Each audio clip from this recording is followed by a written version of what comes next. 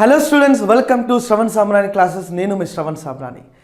ఈరోజు ఈ వీడియోలో ఒక ఇంపార్టెంట్ ఎజెండాతో మీ ముందుకు రావడం జరిగింది. అంటే ప్రతి పోటీ పరీక్షలో కూడా, అది ఏపీపీఎస్సి ప్రిపేర్ అవుతున్నటువంటి అభ్యర్థులు, టీఎస్పీఎస్సికి ప్రిపేర్ అవుతున్నటువంటి అభ్యర్థులు, ఏ ఎగ్జామినేషన్ అయినా కూడా ఒక కీలక అంశంగా, ఒక కీలక పేపర్గా ఉన్నటువంటి కరెంట్ అఫైర్స్కి అసలు మన ఎజెండా ఎలా ఉండాలి, ఏ టాపిక్స్ చదవాలి, ఎన్ని నెలల కరెంట్ అఫైర్స్ చదవాలి, ఏ రెఫరెన్స్ మనం కరెంట్ అఫైర్స్కి వాడాలి, నిజంగానే ప్రతిరోజు న్యూస్ పేపర్ చదవగలమా, ఆ కంటిన్యూటీ ఎట్లా మెయింటైన్ చేయాలి, ఇలాంటి అన్ని విషయాలు కూడా ఈరోజు ఈ వీడియోలో మనం మాట్లాడుకుందాము. చాలా ఇంట్రెస్టింగ్గా ఈ వీడియో ఉండబోతుంది కాబట్టి ఈ వీడియోని అందరూ కూడా లాస్ట్ వరకు తప్పనిసరిగా చూడండి. ఎవరైనా ఛానల్ని మొట్టమొదటిసారి చూస్తున్నారంటే ఛానల్ని సబ్స్క్రైబ్ చేసుకోండి. టెలిగ్రామ్ ఛానల్లో రెగ్యులర్ అప్డేట్స్ కోసం కూడా జాయిన్ అవ్వండి. Okay, so as I said, A examination అయినా, ఏ పోటీ పరీక్ష అయినా కూడా king of all the examination, అంటే ఎక్కడైతే స్క్రీనింగ్ టెస్ట్ ఉంటుందో, ప్రిలిమినరీ లాంటి ఎగ్జామినేషన్ ఉంటుందో, అటువంటి పరీక్షల్లో కరెంట్ అఫైర్సే కీలకం. ఓకే, సో రెండు ఇంపార్టెంట్ టర్మ్స్ ఉంటాయమ్మా. ఒకటి జీకే అంటాం, ఇంకొకటి కరెంట్ అఫైర్స్ అంటాం. సో జీకే అంటే ఏంటి, కరెంట్ అఫైర్స్ అంటే ఏంటి, జాగ్రత్త ఉండాలి. జీకే అంటే something which is already happened. గడిచిన ప్రతి విషయము కూడా జనరల్ నాలెడ్జే. జరుగుతున్న ప్రతి విషయాలు అంటే something which is on going, వీటిని మనం కరెంట్ అఫైర్స్ అంటాం. పోటీ పరీక్షల్లో చూసుకున్నట్లయితే మనల్ని అడిగేది కరెంట్ అఫైర్స్. కానీ ఈ కరెంట్ అఫైర్స్ ఈ మధ్య ఏం చేస్తున్నారు అంటే, they are linking with the background. అంటే ఫర్ ఎగ్జాంపుల్, ఒక 6 months కరెంట్ అఫైర్స్ని కనుక మీరు చదువుకొని ఉంటే, ఈ 6 months నుండి ఇంకొక 6 months బ్యాక్ వెళ్తూ ఉన్నారు. ఓకే, అండ్ ప్రతి కరెంట్ అఫైర్స్ని కూడా they are interlinking with the core subjects. Core subjects అంటే జనరల్ స్టడీస్లోని కోర్ సబ్జెక్ట్స్ ఉంటాయి, హిస్టరీ, పాలిటీ, జాగ్రఫీ, ఎకానమీ అని.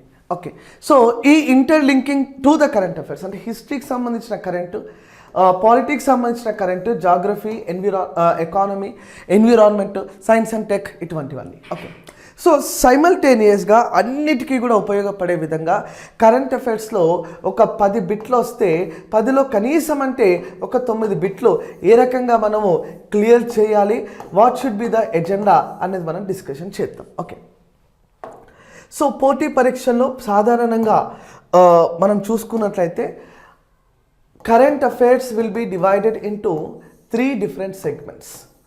3 రకాలుగా కరెంట్ అఫైర్స్ని మనం విభజన చేయవచ్చు. ఇంటర్నేషనల్ కరెంట్ అఫైర్స్ అనగా అంతర్జాతీయ కరెంట్ అఫైర్స్ అంటాము. నేషనల్ కరెంట్ అఫైర్స్ అంటే జాతీయ కరెంట్ అఫైర్స్ అంటాము. రీజనల్ కరెంట్ అఫైర్స్ అనగా ప్రాంతీయ అంశాలు అని చెప్తాం. అంటే మనము పోటీ పరీక్షల్లో హాలీవుడ్ చూడాలా, బాలీవుడ్ చూడాలి, టాలీవుడ్ కూడా చూడవలసి ఉంటుంది. ఓకే, ఈ అంతర్జాతీయ అంశాలలో మరీ ముఖ్యంగా మనం చూసుకున్నట్లయితే ఏ అంశాల నుండి ప్రశ్నలు ఎక్కువగా వస్తాయి చూడండి. భారత్ మరియు సరిహద్దు దేశాలు, భారత్ మరియు సరిహద్దు దేశాలు, India and neighbouring countries. Neighbouring కంట్రీస్కి సంబంధించిన ప్రతి ఇష్యూ కూడా మనకి ఇంపార్టెంట్ అయిపోతుంది. నేబరింగ్ కంట్రీస్ అంటే మీకు తెలుసు, India share the border with Pakistan, Afghanistan, China, Bangladesh, Bhutan, Myanmar, Sri Lanka. ఇటువంటి దేశాలతో ఏ రకమైన సంబంధాలు ఉన్నాయి, ఇటీవల కాలంలో సరిహద్దు దేశాల్లో ఏ రకమైన సమస్యలు ఉన్నాయి. ఉదాహరణకు, there is a Pakistani economic crisis, పాకిస్తాన్లో ఆర్థిక సంక్షోభం. శ్రీలంకలో దెర్ ఈస్ ఎకనామిక్ క్రైసిస్, దానికి గల కారణం ఏంటి? మయన్మార్లో there is a military coup, military పరిపాలన మయన్మార్లో, దానికి గల కారణాలు ఏంటి? చైనా ఇండియాకు సంబంధించినటువంటి సరిహద్దు సమస్యలు ఏమిటి? అదే రకంగా బంగ్లాదేశ్ ఇండియాకి సంబంధించినటువంటి ఇల్లీగల్ ఇమ్మిగ్రేషన్కి సంబంధించిన సమస్యలు ఏంటి? నూతన పైప్ లైన్కి సంబంధించిన విషయాలు ఏంటి? నూతనంగా రైల్వే లైన్ కానీ, రోడ్వేస్ కానీ, BSF, BGB, border security force, border guard, Bangladesh మధ్య జరిగినటువంటి విన్యాసాలు ఏంటి? What is the military exercises, అటువంటివన్నీ. అదే రకంగా నెక్స్ట్ మనం చూడాల్సింది India and other international nations, India and other international countries. ఇక్కడ ముఖ్యమైన దేశాలు యుఎస్ఏ కానీ, యూకే కానీ, రష్యా కానీ, ఫ్రాన్స్ కానీ, జపాన్ కానీ, సింగపూర్ కానీ, సౌదీ అరేబియా, సౌత్ కొరియా, మిగిలిన అరబ్ దేశాలు, ఇటువంటి దేశాలతో ఆస్ట్రేలియా ప్రధానమంత్రి ఇటీవల కాలంలో భారత్లో పర్యటించడం జరిగింది. Recently prime minister of Australia have visited India. What is the reason behind, దానికి గల కారణాలు ఏంటి? ఓకే, సో ఆ దేశంతో మనకున్న సంబంధాలు ఏంటి, అసలు ఆస్ట్రేలియాకి అదానికి సంబంధం ఏంటి, అదానికి ఇటీవల కాలంలో జరుగుతున్నటువంటి ఆర్థిక విషయాలకు సంబంధించినటువంటి విషయాలు ఏంటి, అవి చూడాల్సి ఉంటుంది. ఇక్కడ మనం చూడాలమ్మా, prime minister Modi visits abroad. ప్రధానమంత్రి నరేంద్ర మోదీ గారి అంతర్జాతీయ పర్యటనలు, విదేశీ పర్యటనలు, ఏ దేశానికి వెళ్ళినాడో ఆ దేశ రాజధాని ఏంటి, ఆ దేశ కరెన్సీ ఏంటి, ఆ దేశానికి మనకు ఏ రకమైన సంబంధాలు ఉన్నాయి, ఏ రకమైన ఒప్పందాలు ఉన్నాయి, ఇటువంటివన్నీ కూడా. Foreign dignitaries visits to India. ఇతర దేశాల ప్రముఖులు భారత పర్యటన, foreign countries presidents visit to India. Australia అధ్యక్షులు రావడం జరిగింది. ఇటీవల కాలంలోనే ఇటలీకి సంబంధించినటువంటి అధ్యక్షులు కూడా రావడం జరిగింది. గణతంత్ర దినోత్సవ వేడుకలకు ఈజిప్ట్ అధ్యక్షులు ముఖ్య అతిథిగా హాజరవ్వడం జరిగింది. సో వాళ్ళు హాజరైన తర్వాత ఏ రకమైన ఒప్పందాలపై ఇరు పక్షాలు కూడా చర్చించాయి అన్న విషయాలను ఇక్కడ చూడవలసి ఉంటుంది. అదే ఇక్కడనే మనకు అంతర్జాతీయ అంశాల్లోనే ఇన్స్టిట్యూషన్స్ అండ్ ఆర్గనైజేషన్స్ చూడాలమ్మా. వార్తలో ఉన్నటువంటి సంస్థలు అని చెప్తాం, ఇన్స్టిట్యూషన్స్ అండ్ ఆర్గనైజేషన్స్. ఇందులో భాగంగానే యుఎన్ఓ, ఐక్యరాజ్య సమితి, యునైటెడ్ నేషన్ ఆర్గనైజేషన్ అంటాం, తర్వాత ఐఎంఎఫ్ అంటాం, international monetary fund, world bank అంటాము, ప్రపంచ బ్యాంక్ అంటాము. కొన్ని సదస్సులు, ఉదాహరణకు G20. ఈ సంవత్సరం G20 very very important to India. భారతే హోస్ట్ చేస్తూ ఉంది. కానీ ఈ సంవత్సరం ఇండియా హోస్ట్ చేస్తే ప్రశ్నలు ఎలా అడుగుతారు, లాస్ట్ ఇయర్ ఎవరు హోస్ట్ చేసినారో నెక్స్ట్ ఇయర్ ఎవరు హోస్ట్ చేయబోతా ఉన్నారు. ఓకే, ఆసియాన్ సభ్య దేశాలు ఏవేవి, association of south east Asian nation, Brunei, Philippines, Laos, Vietnam, Thailand, Malaysia, Indonesia, Cambodia, Singapore. Bharat ఆసియాన్లో సభ్యులు కాదు.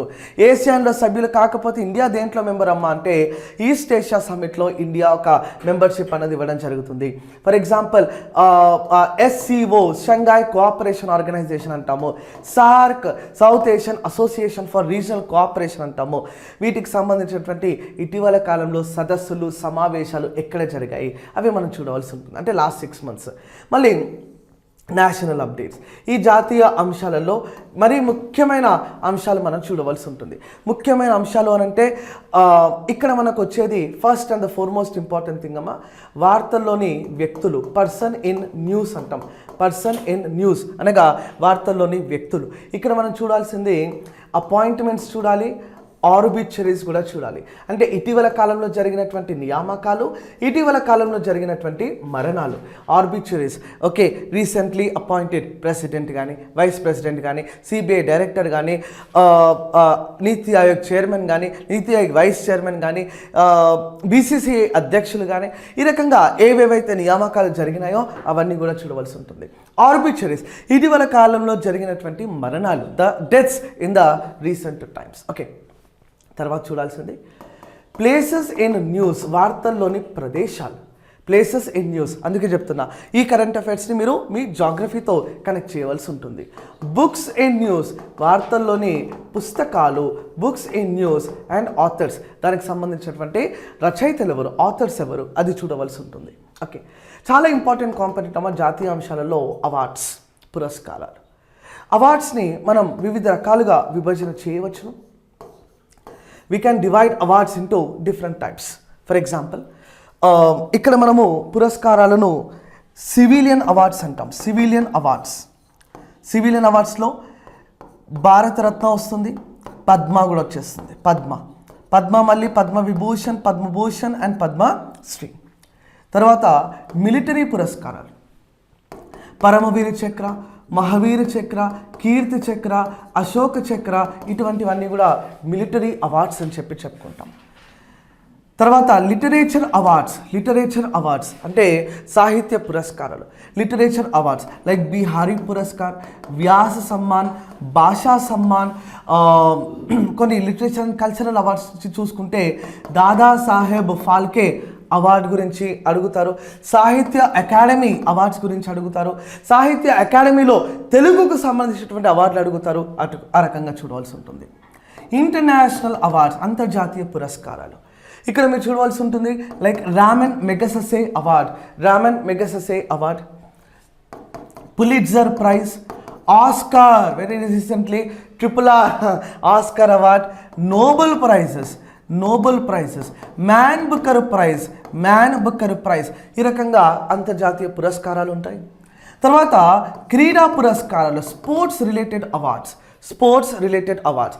క్రీడా పురస్కారాలలో మనం చూడవలసింది Khelratna award, Dhyan Chand Khelratna award, Arjuna award, Dronacharya award. ఈ రకంగా వివిధ రకాల క్రీడా పురస్కారాలు మనమైతే చూసుకోవాల్సి ఉంటుంది. ఓకే, క్రీడా పురస్కారాలు అయిపోయిన తర్వాత మనం చూడవలసినటువంటి మరొక ముఖ్యమైన అంశమమ్మ GI ట్యాగ్స్. ఇటీవల కాలంలో ఏ ప్రాంతానికి, ఏ ప్రదేశానికి GI tag, geographical indicator tag ఇచ్చినారు, అది చూసుకోవాల్సి ఉంటుంది. దాంతోపాటుగానే సమ్మిట్స్ అనగా ఇటీవల కాలంలో జరిగినటువంటి సదస్సులు, సమ్మిట్స్. ఇక్కడనే మనం చూడవలసింది రిపోర్ట్స్ అండ్ ర్యాంకింగ్స్, సూచికలు మరియు భారతదేశం యొక్క పర్ఫార్మెన్స్ ఆ సూచికలో ఏ రకంగా ఉంది. Reports like HDI, global hunger index, poverty index, is of doing business index, ఈ రకంగా డిఫరెంట్ ఇండెక్సెస్ ఉంటాయి. Okay, reports and rankings. అదే రకంగా మీరు చూడవలసినటువంటి మరొక ముఖ్యమైన అంశమమ్మ మిలిటరీ ఎక్సర్సైజెస్, సైనిక విన్యాసాలు అంటాం, మిలిటరీ ఎక్సర్సైజెస్. అది ఇండియా అండ్ అదర్ కంట్రీస్, ఆ సైనిక విన్యాసాలు, మిలిటరీ ఎక్సర్సైజెస్ గురించి చూడవలసి ఉంటుంది. ఓకే, ఇదంతా అయ్యాక one thing which I wanted to come up with you is, ఎందుకంటే ఇవన్నీ కూడా చూస్తున్నప్పుడు వన్ ఆర్ టూ బిట్స్ మీకు మిస్ అయ్యేటటువంటి ఛాన్స్ ఉంది. అది మిస్ కావద్దు అని అంటే definitely you need to see 6 months roundup. ఏం చూడాలమ్మా? 6 months రౌండప్ చూడాలి. అంటే ఈ అంశాలన్నీ కూడా 1 or 2 బిట్ ఎక్కడ కూడా మిస్ కాకుండా. ఎందుకనంటే ఎగ్జామినేషన్లో మీరు ఏ బిట్ కూడా గుర్తు పెట్టుకోవాల్సిన అవసరం లేదు, ఎగ్జామ్లో గుర్తు పడితే సరిపోతుంది. You will have to identify in the examination. 6 month roundup, మళ్ళీ ప్లస్ ఇంకొక 6 month క్విక్ రివిజన్ చేయవలసి ఉంటుంది. క్విక్ రివిజన్ అంటే ఇది ఎక్కువగా డీటెయిల్గా చదవాల్సిన అవసరం లేదు, క్విక్ రివిజన్ చేస్తే సరిపోతుంది. ఈ 6 months రౌండప్ అన్నది ఫర్ ఎగ్జాంపుల్ మనము మార్చ్లో ఉన్నాం అనుకోండి. సో మార్చ్లో ఉన్నామనంటే ఎగ్జామినేషన్ ఉదాహరణకు ఆగస్ట్లో ఉందంటే మార్చ్, ఏప్రిల్, మే, జూన్, జూలై. ఓకే, ఈ రకంగా అంటే ఫిబ్రవరి నుండి స్టార్ట్ చేస్తే సరిపోతుంది. ప్లస్ ఇది అంటే January, last year December, last year November, last year October, last year September, last year August. Okay, so సిమిలర్గా అంటే ఈ ఆగస్టు నుండి ఈ ఆగస్ట్ వరకు చూడాలి. కానీ ఫస్ట్ 6 months అంటే బ్యాక్వర్డ్లో ఫస్ట్ 6 monthsని క్విక్ రివిజన్ చేసినా సరిపోతుంది. దీన్ని మాత్రం డీటెయిల్డ్ రివిజన్ చేయవలసి ఉంటుంది. సబ్జెక్టివ్ ఉన్నాయనుకోండి, సబ్జెక్టివ్ అంటే కొన్ని కరెంట్ అఫైర్స్ని మళ్ళీ మీరు ఇంటర్లింక్ చేయవలసి ఉంటుంది. ఉదాహరణకు current affairs related to economy, current affairs related to polity, current affairs related to geography, current affairs related to culture, art and culture. అంటే ఇది ఇక్కడ హిస్టరీ ఉండదమ్మా, కానీ ఆర్ట్ అండ్ కల్చర్ ఉండవచ్చు. సో వీటిని ఎంత బ్యాక్ వెళ్తే అంత మంచిదమ్మా, అంటే ఎంత బ్యాక్ వెళ్తే అంత మంచిది. ఎగ్జామినేషన్ మీరు చూస్తూ ఉంటారు, సార్ ఏంది సార్ 2018 కరెంట్ అఫైర్స్ అడిగినారు ఏం సార్ అని నాకు చాలామంది చెప్తూ ఉంటారు. దాని అర్థం ఏంటంటే మీరు సబ్జెక్టివ్ కరెంట్ అఫైర్స్ని అయితే చదవలేదని దాని అర్థం. ఓకే, పాలిటీలో ఏవైనా కూడా చట్టాలు వచ్చినాయి అనుకోండి, ఆ చట్టాలను బ్యాక్ వెళ్ళాల్సిందే. జాగ్రఫీలో ఏదైనా కూడా కరెంట్ అఫైర్ సైక్లోన్ కానీ మాన్సూన్ కానీ ఉందని అంటే మనకి బ్యాక్ వెళ్ళాల్సిందే. కల్చర్ ఏదైనా కొత్త డాన్స్ ఫామ్ కానీ ఆర్ట్ ఫామ్ కానీ వార్తల్లో ఉన్నదని అంటే దానికి మీరు తప్పకుండా బ్యాక్ వెళ్ళాల్సిందే. కానీ 6+6 అనేది అయితే అందరూ గుర్తుపెట్టుకోండి. 6+6 strategy for current affairs and subjective మాత్రం as much as it is fetching you, మిమ్మల్ని ఎక్కడ వరకు లాగితే అంత ఎక్కువ వరకు కరెంట్ అఫైర్స్లో సబ్జెక్టివ్ కరెంట్ అఫైర్స్లో బ్యాక్ వెళ్ళవలసి ఉంటుంది.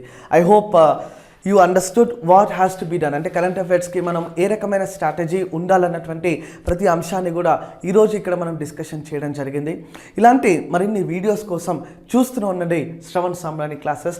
యాప్ని ఎవరైతే కూడా డౌన్లోడ్ చేసుకోలేదో తప్పకుండా యాప్ని అందరూ డౌన్లోడ్ చేసుకోండి. ప్లే స్టోర్లో SS క్లాసెస్ అని చెప్తే మీకు యాప్కి సంబంధించిన డీటెయిల్స్ అన్నీ కూడా అక్కడ లభిస్తాయి. Thank you. జై హింద్.